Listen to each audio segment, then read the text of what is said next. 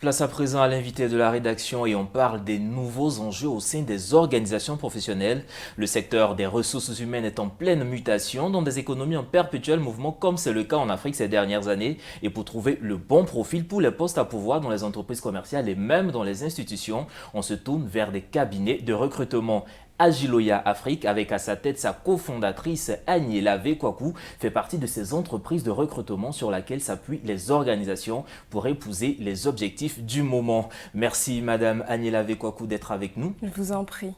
Alors, quand on parle généralement de mobilité urbaine sur le continent africain, c'est un cliché qu'on dresse un peu, on voit beaucoup plus les membres de la diaspora revenir vers des postes stratégiques ou bien même des expatriés, des étrangers qui viennent faire carrière en Afrique. Est-ce la réalité du terrain ou qu'est-ce que vous pouvez nous dire en tant que chasseur de talents? Alors, je vous dirais que c'est la réalité du terrain, exact, et que les migrations finalement se font dans les deux sens, hein, en réalité. On observe depuis finalement quelques années, effectivement, on va dire une migration plutôt nord-sud, de profils repates donc qui ont grandi sur le continent africain et qui de plus en plus mûrissent le besoin et le projet de revenir s'installer sur leur continent d'origine, dans leur pays d'origine, tout à fait. Alors, mais pourquoi ces facilités? Est-ce qu'on n'a pas ces compétences déjà au niveau local? Alors, oui et non.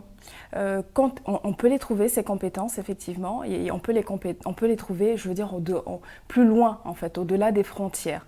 Donc, c'est tout le challenge de pouvoir aller identifier ces talents qui ont des expertises qui ne sont pas forcément sur le continent ou sur le pays.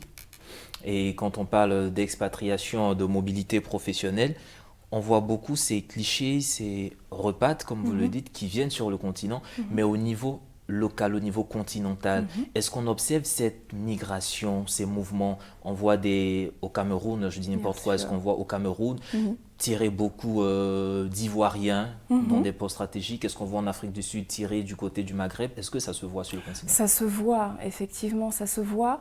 Peut-être un peu moins, on va dire, en termes de chiffres que de continent à continent, mais il y a effectivement une mobilité sur le continent, des pays qui vont justement s'échanger, entre guillemets, disons, les talents, et puis finalement des Africains qui vont avoir envie et besoin de se nourrir de plusieurs cultures, parce que le continent est riche, les pays connaissent des réalités qui sont différentes, et on observe effectivement le besoin de réaliser des expériences professionnelles dans des pays qui finalement n'ont pas la même histoire, n'ont pas la même culture, donc on observe effectivement cette mobilité, oui. Et particulièrement vous, à Agiloya Afrique, depuis quelque temps, vous êtes vraiment pionnier, leader sur ce secteur-là.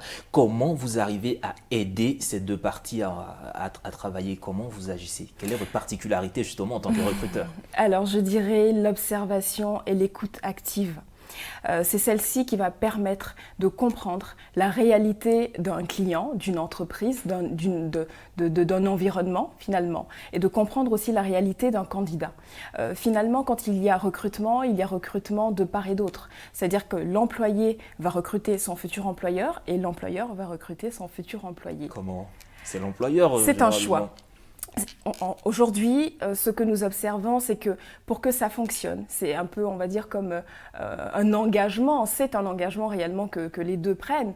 Et pour que ça fonctionne, il faut avoir, on va dire, une connaissance véritable déjà de l'environnement, là où on va aller pour l'employé, mais également que l'employeur puisse connaître l'histoire, puisse connaître à la fois les compétences techniques, c'est vrai, mais les compétences comportementales. Compétences comportementales, ça a à voir avec la personnalité, ça a à voir avec l'histoire, ça a à voir avec les valeurs, justement, du futur recruté. Donc, il est important que ces deux parties puissent apprendre à se connaître au maximum de ce qui est possible. Et c'est en ça que nous essayons de faire la différence, de ne pas simplement voir des compétences techniques, mais de vraiment aller plus loin, les valeurs, pour pouvoir faire véritablement chemin ensemble et créer de la valeur ajoutée dans l'environnement. Mais il peut arriver peut-être que l'employeur, vous avez proposé un bon profil à l'employeur, au bout d'un an, on se rend compte que ce n'est pas la personne qu'on voulait ou bien l'employé même qui avait une certaine vision de l'entreprise. Il arrive sur le continent, il se rend compte de certaines réalités. Est-ce qu'on a des, je dirais pas des rejets, mais est-ce qu'on a des cas vraiment de déception Bien sûr, on a des cas de déception. Après, j'ai envie de vous dire que tout cela se mesure au maximum dès le départ. C'est-à-dire qu'il faut sécuriser un processus de recrutement, il faut être le plus transparent possible parce que c'est cette transparence qui va apporter les informations et ces informations vont permettre finalement de mesurer, de voir s'il y a lieu d'intégrer l'environnement de l'employeur et à cet employeur aussi d'embarquer, je dirais, dans son navire cet employé. Vous parliez d'une année, souvent c'est même avant. Ça peut être après. En général, avant, si cela se manifeste au bout de moins d'une année, cela veut dire qu'il y a des paramètres qui nous ont échappé lors justement du processus de recrutement. Si c'est plus tard, c'est simplement parce qu'il n'y a malheureusement pas de politique de gestion des talents en interne, ou c'est quelque chose qui peut être aussi externalisé par des entreprises qui n'ont pas de service talent management, gestion de talent.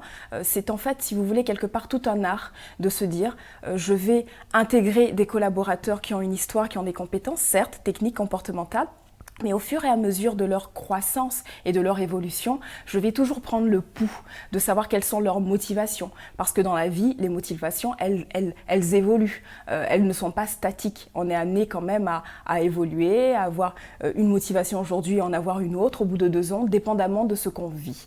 Donc, ces départements talent management dans les entreprises ou alors au sein des cabinets ont pour objectif de suivre le salarié tout le long de sa vie professionnelle, d'identifier finalement les drivers, ce sont ces leviers de motivation, et puis ce que cette personne aussi vit, et de pouvoir voir ce qu'il y a lieu de faire en termes de mobilité au sein de l'entreprise, si elle a la possibilité de pouvoir accompagner, toujours pour avoir de la performance. Ne perdons pas de vue qu'on est là pour la performance, in fine. Et justement, parlons de performance, plus à vous écouter, je me demande sommairement, est-ce que le côté formation, on vient sur ce volet formation. Oui. Est-ce qu'aujourd'hui, on peut dire sur le continent africain, l'Afrique a des écoles où forme ses compétences pour demain?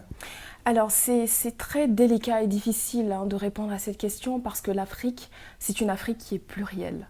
Il y a des pays francophones, il y a des pays anglophones qui ont des histoires et un parcours, un vécu complètement différent avec des méthodes et donc des écoles et un système de formation, des systèmes de formation complètement différents.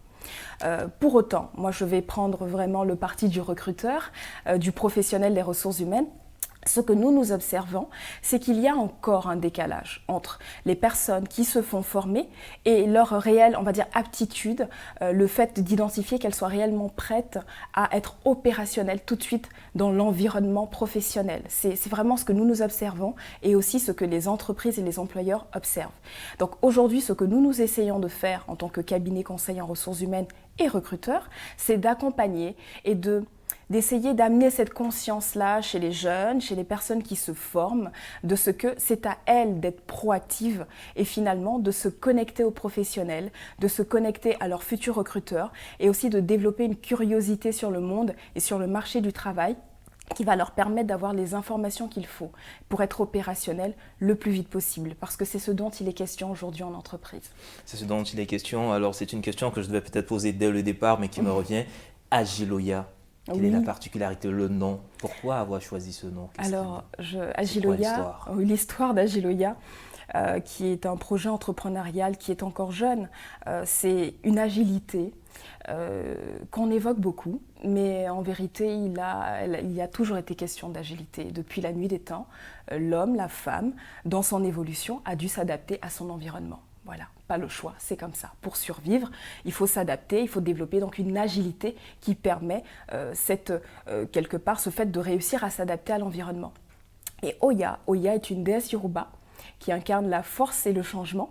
Donc une déesse est une femme et a priori c'est la femme qui donne la vie.